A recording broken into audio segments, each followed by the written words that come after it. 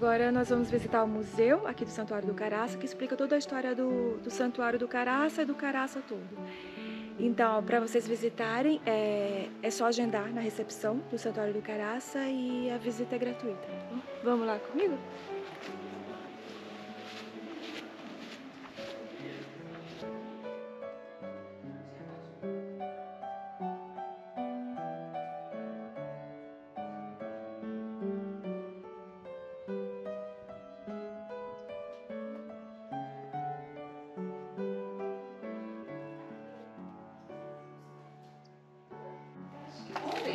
Então aqui dia 13. Agora eu tô dando pra você. Tudo bem. Dia 13, a gente não viu não, né? Não tem problema. Então, é só pra informar. Vamos então. Obrigada.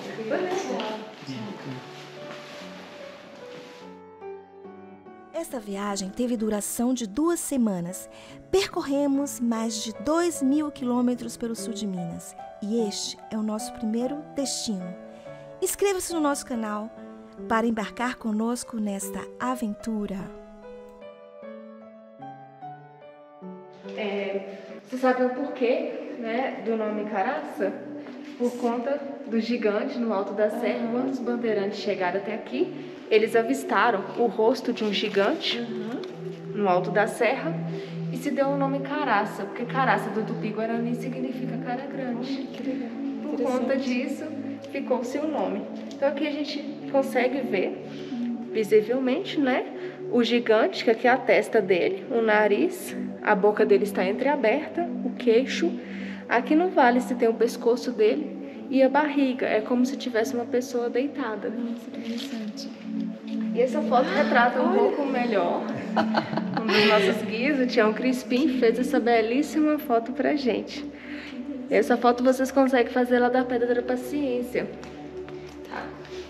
E o Caraça, ele foi fundado pelo irmão Lourenço. Tá? Ele é de Portugal. Lá em Portugal, a família dele, os Távoras, teve um atrito com o rei de Portugal. Então o rei de Portugal manda o Marquês de Pombal atrás da família dele e queimar todos em praça pública. Na época era o Dom João VI. Tá? Então o que se sabe é que antes o nome do irmão Lourenço era Carlos. Então ele conseguiu fugir com a ajuda, foi para Diamantina. Chegando em Diamantina, ele entra para a Irmandade, troca o nome dele para Lourenço e fica conhecido então como irmão Lourenço. Depois de Diamantina ele vem pra cá. Essa irmandade era o que? Era catolicismo? Como é que... Só me fala um pouco dessa irmandade. Isso. Ela era dos... Ai, agora fugiu o nome. Não era essa década dos jesuítas, não, né? Tem a ver com isso? Não era, não. É porque aqui hoje pertence aos lazaristas, né? Ah, sim. E tem as repartições direitinho, conta de padre. Só que o Lourenço, ele não chegou a ser padre, ele não formou para padre. Por isso que ele fica só como irmão Lourenço, ele não chegou a terminar e ser padre, tá? Isso. Então ele ficou só como irmão Lourenço. De Diamantina ele veio para cá. Aqui ele comprou as terras chamadas Sesmarias, terras abandonadas, mas ele pertencia só ao governo, não uma pessoa em particular. E como é que ele conseguiu comprar? Com os bens da família? Com os próprios recursos dele, tá? Porque ele vem com o recurso dele de Portugal, em Diamantina ele trabalha, ele começa a mexer com mineração. Então, com esse dinheiro ele consegue comprar essas terras. Entendi. Comprando as terras, ele tem a ideia de montar uma igreja. Então aqui o irmão Lourenço monta uma igrejinha e chegando aqui, ele chega em 1770. Ele consegue finalizar essa construção e a consagração da igreja em 1774, ou seja, 4 anos depois. Essas alas na época eram chamadas de hospício, tá? Mas hospício era uma casa de repouso para qualquer um. Entendi. Principalmente para os peregrinos que vinham geralmente de longe, né? Naquela época era só a carroça e a estrada era sentido Cascatona, então não tínhamos essa estrada que a gente vem por ela hoje. Então aqui os peregrinos vinham de longe, participavam das missas e ficavam hospedados. Com esse dinheiro ele conseguia se manter aqui. E a escolha do lugar foi aleatória ou teve algum alguma imagem religiosa? Não sei, às vezes tem envolvimento com isso, né? Alguma Não, o que se sabe, de sonhos? o que se sabe é que o irmão Lourenço ele veio caminhando e ele consegue encontrar essas terras e vai à procura de quem é o dono, tá? Mas foi basicamente por conta disso, não teve assim, algo atrás disso, tá? Mas o irmão Lourenço também tinha um outro sonho, que era o sonho de criar aqui um colégio seminário. Então, com o nome de irmão Lourenço, ele faz uma carta, deixando todas as terras para a coroa portuguesa. Certo. Muitas pessoas pensam, mas a família dele, os Távoras, não teve atrito com a coroa? Teve, mas agora ele trocou de nome e entrou para a Irmandade. Entendi. Então, Dom João VI nunca descobriu que era ele que escreveu a carta. Então, mas a coroa portuguesa acatou o pedido dele. As únicas duas coisas que ele pediu e exigiu na carta foi que permanecesse com a igreja e fizesse aqui um colégio seminário. Tá. E o atrito, você não sabe a causa, não, né? Do atrito da família com a coroa portuguesa? Sim, com os Távoras, com a coroa portuguesa, o atrito foi que a família, os Távoras, por conta de uma mulher, o rei não gostou, porque era ali da família, tá? Então, o Dom João VI, não gostando disso, manda o Marquês de Pombal, na época, atrás da família dele. Foi por conta disso, tá? Então, a coroa portuguesa manda aqueles dois de estátua lá fora. Um é Dom Viçoso, o outro é Padre Leandro. Eles são os fundadores do colégio. Eles vieram para cá em 1831, fundam o colégio em 1880, tá? De início com 14 alunos que vieram do Rio de Janeiro. E essa parte que a gente está aqui hoje, a gente consegue ver toda a estrutura original, que é essa estrutura de pedra. E essa parte que estamos tem 3 andares, foi construída pelos portugueses. Tá? E depois vieram os franceses e construíram aquela parte de fora, principalmente a igreja. Quando chegou o Clavelin, que foi um francês importantíssimo, na época estava surgindo no estilo neogótico, ele trouxe esse estilo com ele da França. Então hoje nós temos, no lugar da igrejinha barroca, que ela foi demolida a parte principal dela, e permaneceu os 2 altares originais, tá? Um é à direita Piedade e à esquerda Sagrado Coração de Jesus, foram pintados por Ataíde como presente para a igreja. E o principal está lá atrás, eu vou mostrar para vocês, ele ainda ficou no estilo barroco, ali bem rústico, não foi pintado, tá? E essa igreja, como eu disse, foi velha também, tá? Foi uma das primeiras igrejas, uma das únicas neogóticas no Brasil. E ela tem algumas curiosidades, principalmente o corpo do irmão Lourenço está enterrado nela, tem um memorial para ele. No altar temos o corpo de São Marte Pio. Pio foi um soldado que foi morto por confessar a fé dele. Tá? Então foi o primeiro corpo de santo a chegar no Brasil e aqui no Caraça. E eles revestiram o corpo dele com cera. Então lá você tem os restos mortais, vestimentas, cabelo. E no altar também, atrás da santa, se tem a coroa num dos vitrais. Vocês conseguiram avistar? Não. Essa coroa, ela identifica o presente de Dom Pedro para a igreja, que foi o vitral principal. Tá? Então vocês conseguem avistar ele. Assim que vocês chegam na igreja, vocês vão para a esquerda, sentido o quadro da Santa Ceia. Vocês vão conseguir ter a visão dessa coroa. Tá? Então naquela parte de fora que ficou só as ruínas, a gente consegue ver onde a estrutura ficava e até onde ela ia. Ela ficava bem colada na igreja. Ali funcionava uma biblioteca na época do colégio. Como eu disse, foi um colégio seminário, tá? E de início com 14 alunos. E aqui os meninos estudavam dos 10 anos até os 17 anos. E vinha meninos que tinham recursos, principalmente, por conta da localidade. E também vinham os mais pobres, que era ali o jeito deles conseguirem para estudar. E os pais abandonavam até certo ponto, que era ali o futuro dos meninos na mão deles. Então os meninos conseguiam subir, os padres acolhiam e aqui eles estudavam.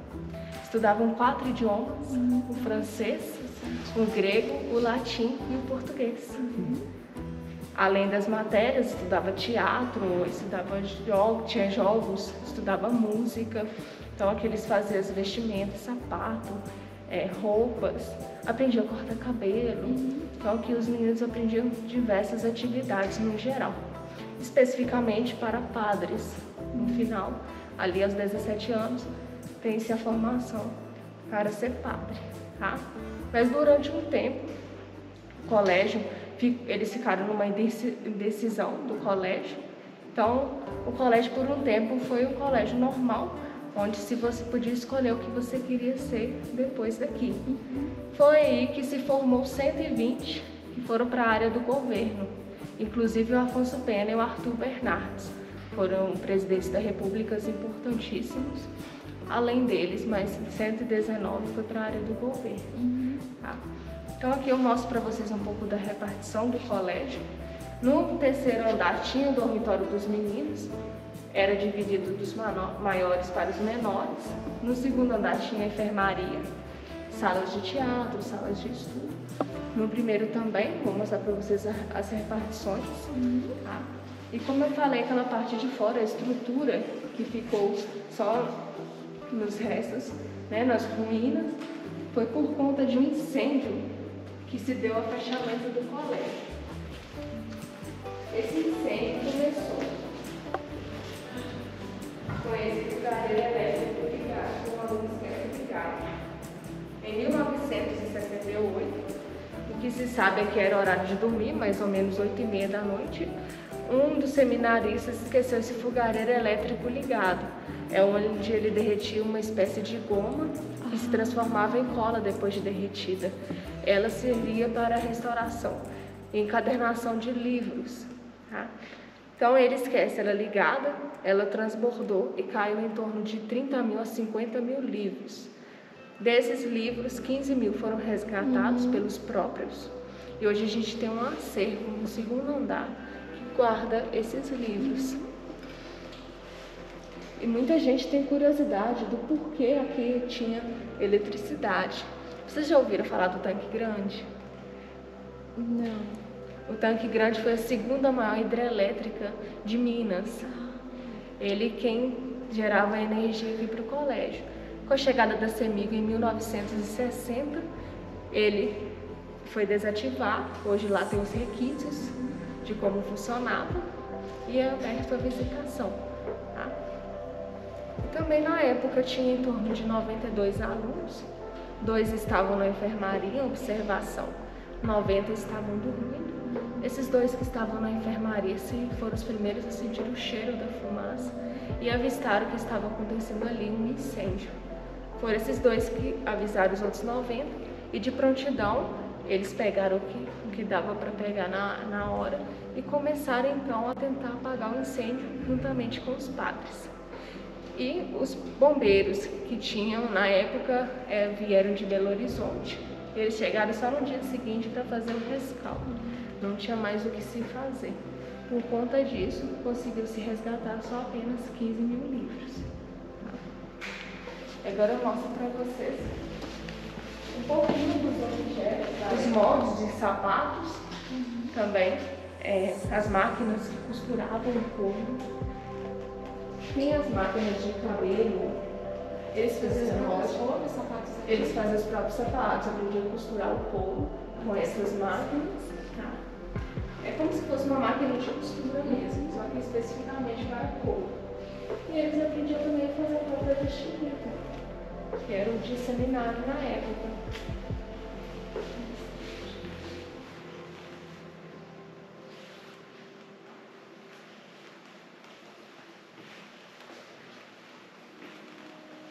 De que ano mesmo? Elas são da década de 20. Tá?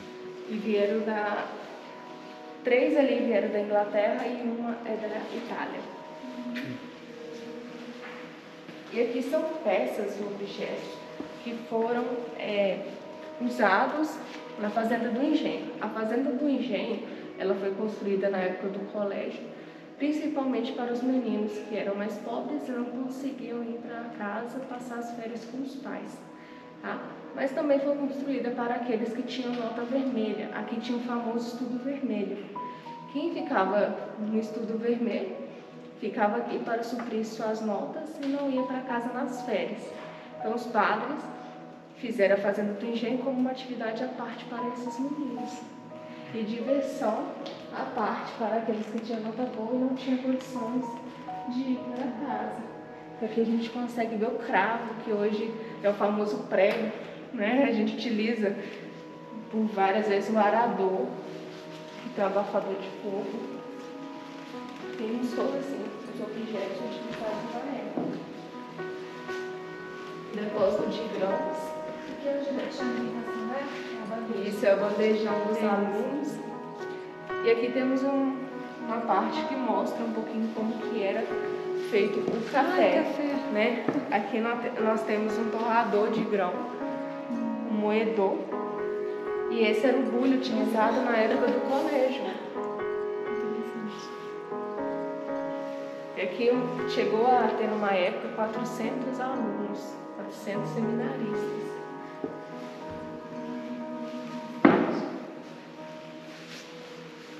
Essas também são as panelas utilizadas na época, né? Panela de ferro, de pedra-sabão.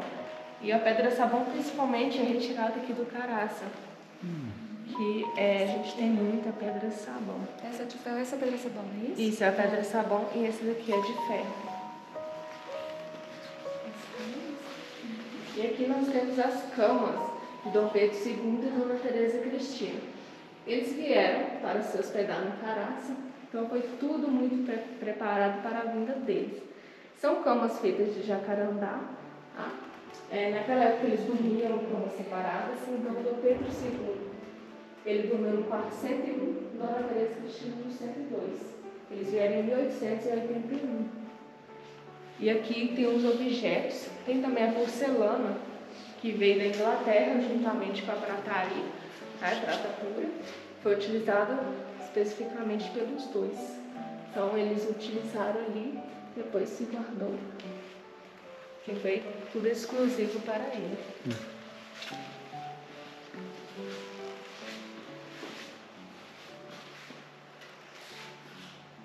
As partes que são vestimentas e objetos dos padres, principalmente da época do colégio, bem no começo do colégio, vocês conseguem ver como que elas estão pelo tempo, né? E a diferença entre cada um é que a gente tem principalmente os objetos que eram da igrejinha barroca, foi a primeira igreja aqui no Caraça, e aqui a gente consegue ver o reboco ainda e a cor que era original do colégio. Todas essas repartições também são as originais, é que eu falei para vocês, que eram especificamente salas dos padres. Aqui temos o altar principal, também da igrejinha barroca, no total são 3. Este é o principal que eu falei para vocês. Então aqui temos os objetos também, foram todos conservados ali, depois da demolição da frente dela.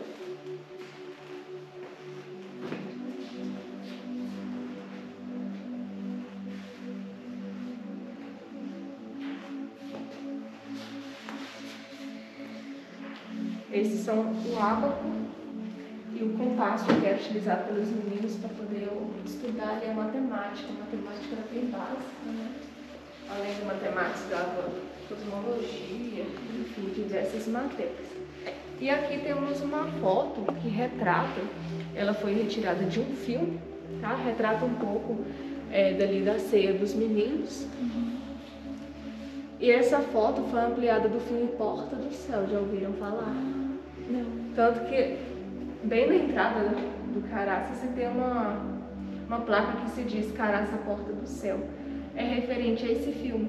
Primeiro filme mineiro, feito aqui no Caraça, todo filmado aqui. Está disponível, não é? Isso, está disponível no YouTube, Caraça, Porta do Céu. Tá? Ele é no máximo 1h30 de filme. É um filme maravilhoso, tá? Retrata-se o dia a dia dos meninos aqui.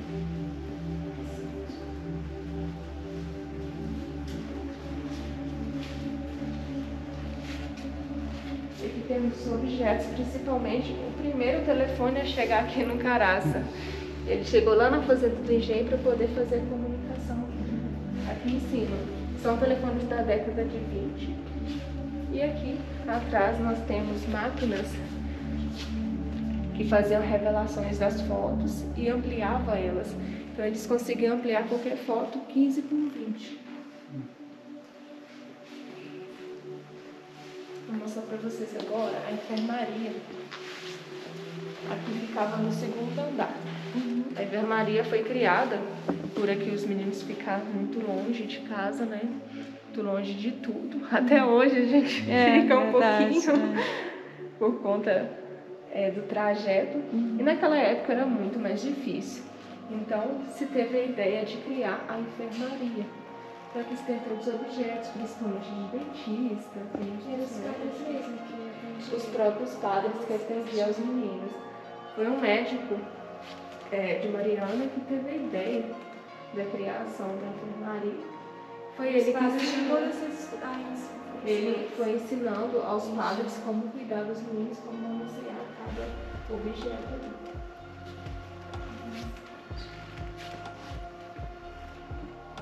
Na verdade, os padres eles tinham que aprender um pouco de tudo, né? Serem professores, serem médicos, enfermeiros. Os padres, assim, e tudo que eles sabiam, eles passavam para os meninos, né?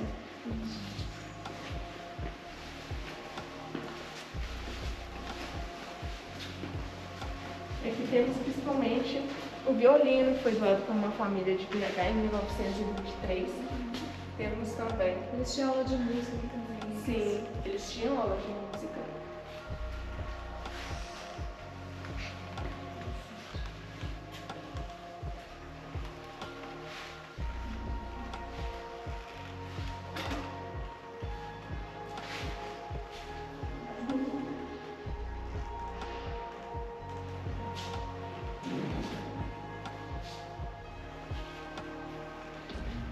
Aqui temos a vestimenta dos meninos na época, retrata um pouquinho como era a roupinha dos meninos no seminário.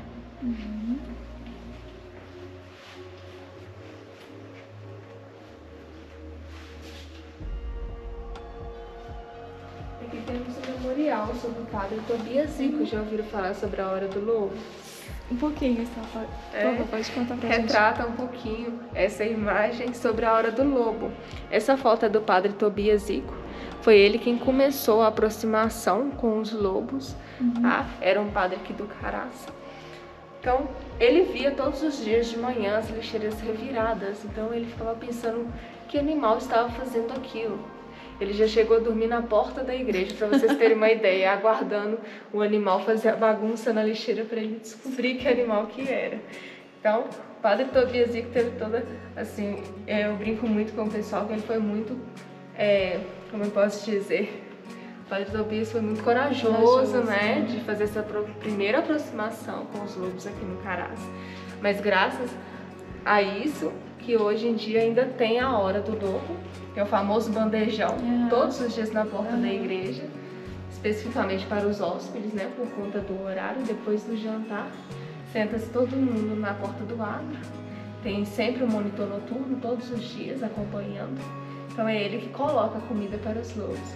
Hoje a gente tem 4 lobos, tem um casal e 2 filhotes. Mas quando a gente fala que tem só 4 lobos, todo mundo assusta, que aqui tem um território de 12 mil hectares. Mas o que acontece? A gente tem uma parte bem pequena de cerrado. E o lobo, ele não sobe, ele não consegue subir a montanha para atravessar para o outro lado, quem está do outro lado não atravessa para cá. Então, por conta disso, a gente tem 4 e assim espera-se eles criarem mais lobos. Então, todo ano a gente fica com 4 lobos. Geralmente quem ganha ali a disputa do território é o filhote. Então, ou seja, provavelmente ano que vem só tem 2 novamente, são os filhotes. Tá? Os outros vão para outro lugar, é isso? Sim, eles se separam, o que perde vai embora, tá? Se afasta, vai para os campos e fica apenas os filhotes. Então, além dos lobos também, se tem os cachorros do mato, que andam sempre em bando. E às vezes o pessoal até fica assim meio bravo, porque os cachorros do mato às vezes eles espantam o lobo. Eles fizeram isso outra noite. Aí, Sim. não que eles brigam entre si, mas eles são muito territorialistas. Então, um respeita o outro. Se o cachorro do mato está lá em cima comendo, o lobo aguarda ou vai embora e volta mais tarde. É sempre assim entre eles, tá? E vem também a anta. A anta começou a vir na porta da igreja, então como tem que agradar a todos, se coloca fruta para a anta também. Então vem as 3 espécies na porta da igreja. E as pessoas têm muita curiosidade se o lobo vem todos os dias.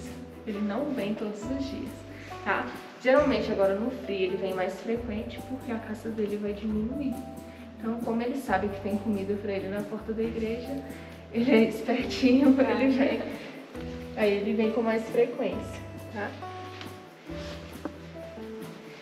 E aqui temos esses 2 ferros fundidos, que quando a igreja neogótica estava desenhada já estava com planejamento, estava com esse molde para fazer os pilares dela. Esses ferros fundidos, a gente tem 4 dele aqui hoje, eles trouxeram do Rio de Janeiro. Como eles viram que era muito pesado para fazer o pilar da igreja, porque ele ficaria no teto da igreja. Então, chegando dentro da igreja, vocês conseguem, olhando pelo teto, a parte estrutura verde tem esse mesmo formato. Então, eles pegaram o formato e decidiram fazer a igreja toda de pedra. Então, lá você tem pedra sabão, quartzitas, pedras tiradas aqui do Caraça. Tá? Para puxar as pedras para cima, para continuar a construir os andares. Aqui eles dividiam o peso com a corda, passavam uma corda desse lado e outra desse. Assim eles conseguiam dividir o peso da pedra em 2 e conseguiam puxar ela para cima e diminuir um pouco o peso para eles. Tá? Essa maquete foi feita pelo padre Estanislao, um dos padres aqui do Caraça, e ela foi toda feita à mão. Foi feita pedacinho por pedacinho, vocês conseguem ver aqui a divisão da linha. Foi os pedaços que ele fez, depois ele juntou. Então essa maquete demonstra o território do Caraça. Toda essa estrutura aqui, dentro da linha verde, é o território do Caraça. A gente tem cerca de 12.000 hectares, sendo que 11.000 são de conservação, tá? O que não seria área de manejo.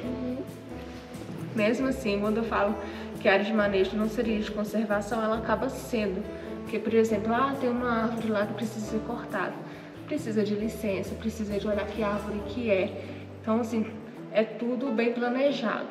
Não se quer dizer que é área de manejo que pode destruir ou fazer o que quiser lá. Então, assim, a gente fala que é área de manejo, mas acaba sendo área de conservação também, tá? Então aqui a gente se situa no ponto 34, esse ponto vermelho mais escuro. Essa linha vermelha que desce até 1 é a estrada asfaltada, 1 seria a portaria nova. E aqui a gente encontra o gigante. O gigante, ele se encontra próximo a uma das cachoeiras nossa, que é a Bocaina. Então aqui no ponto 35 é o rosto do gigante, que é o Pico do Sol. A barriga dele fica no amarelinho no 27, que é o inficcionado, é um dos picos que a gente tem. Ou seja, ele se divide entre os 2.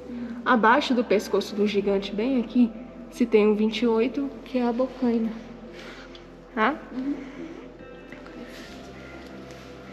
Então aqui a gente se encerra o tour pelo museu, tá? Agora eu vou levar vocês na biblioteca para vocês conhecerem um pouquinho dos livros que tem. Aqui é a biblioteca com os livros que foram salvos em incêndio e livros que vieram de outras bibliotecas da congregação, tá? Nessa sala aqui que está fechada fica o acervo da biblioteca. Então hoje a gente tem aproximadamente 20.000 livros. E o acervo da biblioteca é aberto a pesquisa de acordo com o agendamento antecipado. E lá no site do Caraça, na parte da biblioteca, a gente vai ter o consulte nosso acervo. Vocês conseguem saber o que a gente tem catalogado aqui. E este espaço aqui fica algumas curiosidades. o livro mais antigo, que é de 1489, o livro que Dom Pedro II fez anotações, livros de gastronomia, sobre a história do Caraça, literatura. Então eu vou deixar vocês à vontade para dar uma olhadinha, aqui, né? Tá na exposição. Aí se vocês tiverem alguma dúvida, vocês podem me perguntando. Então, tá bom. Obrigada. Contra o Império, né? Ele falava sobre política. Aí onde ele discordava, ele foi colocando os comentários ao lado. Dom Pedro I. Segundo. Segundo. Segundo. Dom Pedro II. Essa letra bonita, né? É, a letra bem certinha.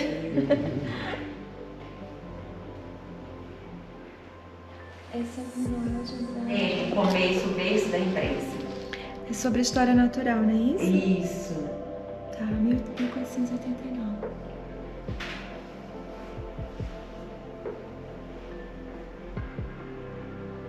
Quem escreveu foi Plínio II.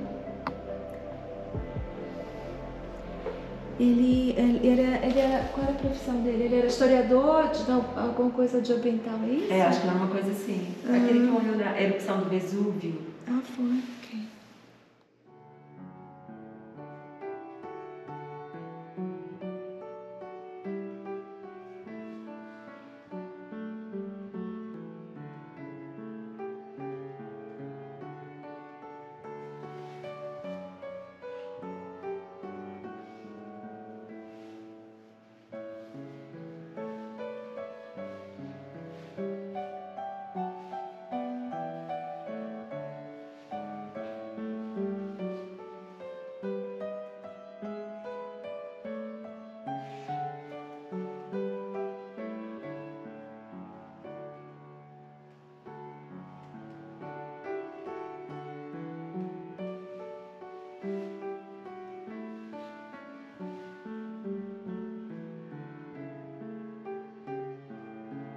Depois, principalmente do incêndio.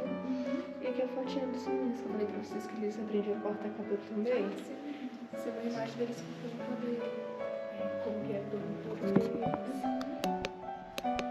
E o dormitório ficava em cima, né? Isso, no terceiro andar.